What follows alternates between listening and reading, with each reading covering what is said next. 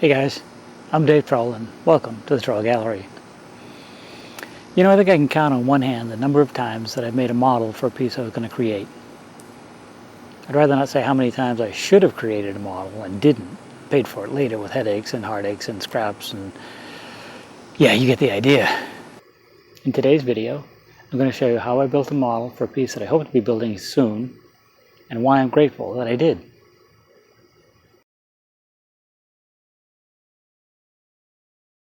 So here were a few shots of the storefront street stand that I was sent. I made a few assumptions on the original piece and then started to extract the dimensions based on that.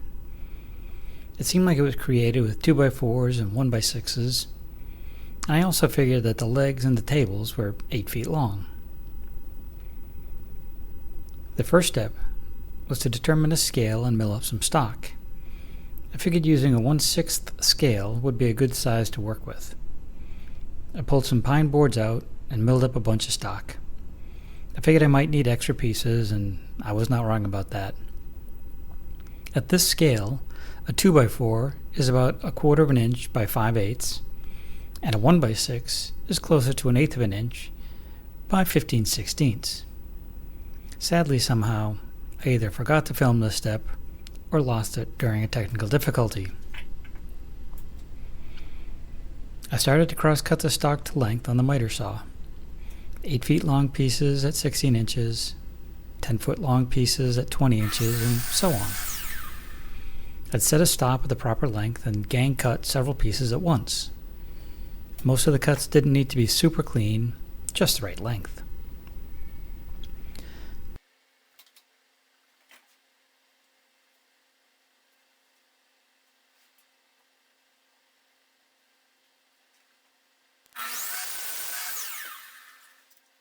I set the miter saw at 45 degrees and then cut the pieces for the table frames.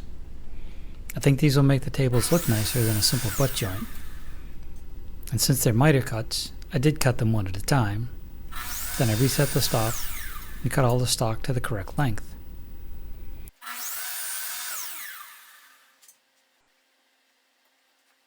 Working in miniature isn't my favorite thing to do.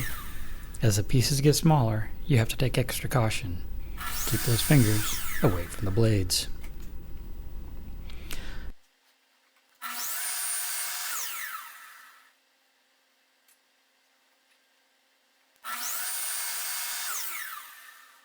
The blade was turned back to 90 degrees and the internal table braces were cut square. It's time to assemble the table frames. Since they have mitered corners, I added some tape to each joint and then added a drop of glue to each one.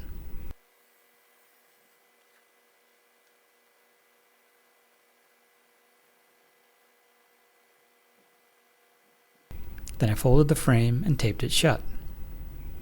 Hot glue would have made this entire build easier, but I couldn't find my glue gun, so wood glue it is.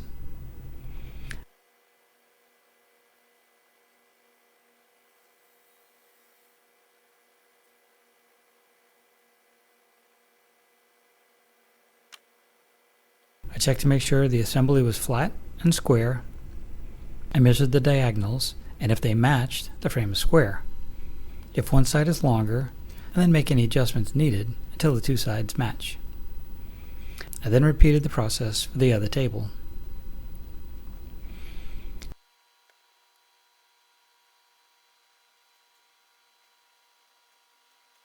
While the table's dry, I moved on to the legs.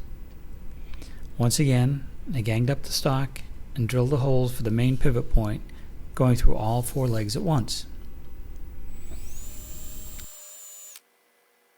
After drilling a hole in the central upright, I used a brad as my pivot point and assembled one set of legs for the first time. Sorry for the weird angle here and the missing footage, but my camera kept overheating in the Florida sun. I moved inside, but I forgot to double check that what I was doing was actually in frame. I set the legs aside and went back to work on the tabletops. I clamped them together to make the layout faster. I marked a line where the center spreaders were to go, squaring the line to the mark that I had already measured. I also marked which side of my line the spreaders would go, rather than laying out both sides. After adding a bit of glue on each end, I added the spreaders along the marks I just made. I repeated the process on the small table and then set them aside to dry.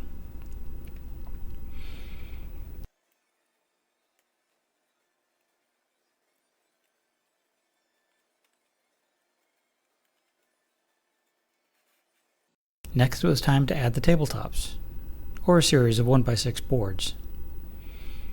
I just ran a light bead of glue on each of the cross pieces and added my boards, spacing them evenly.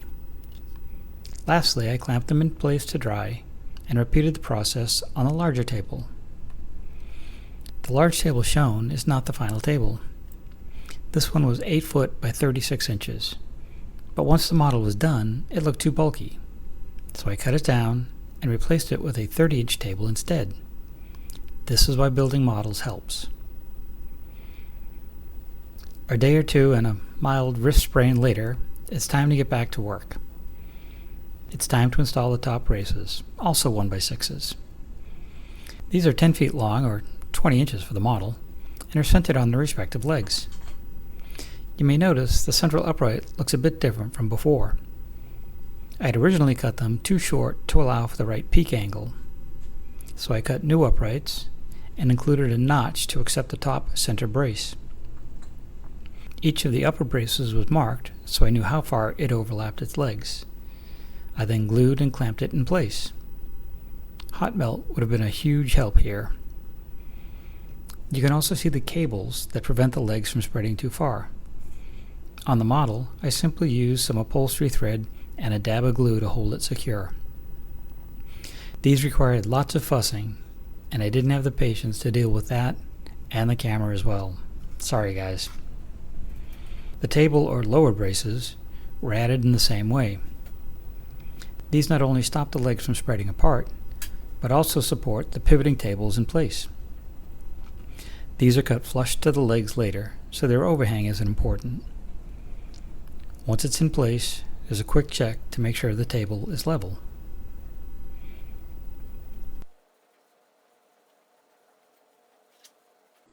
I can now pop out the center brace and glue it into its notches. Again, checking to make sure it is centered on its legs.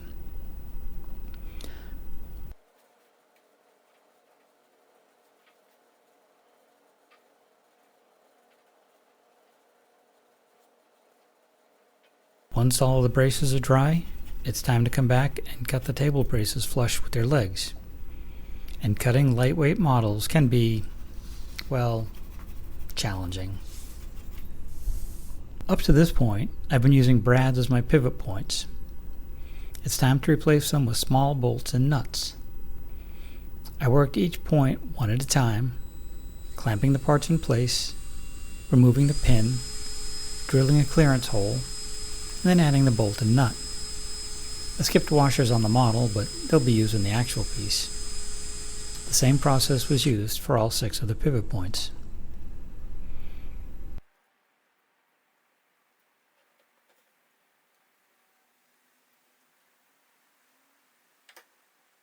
It was finally time to fold up the model for the first time, but it didn't quite work. The bolt heads were in the way.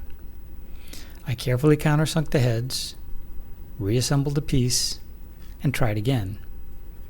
There was still some rubbing, but it closed up pretty well, and it was mostly catching on some glue spots from the cables.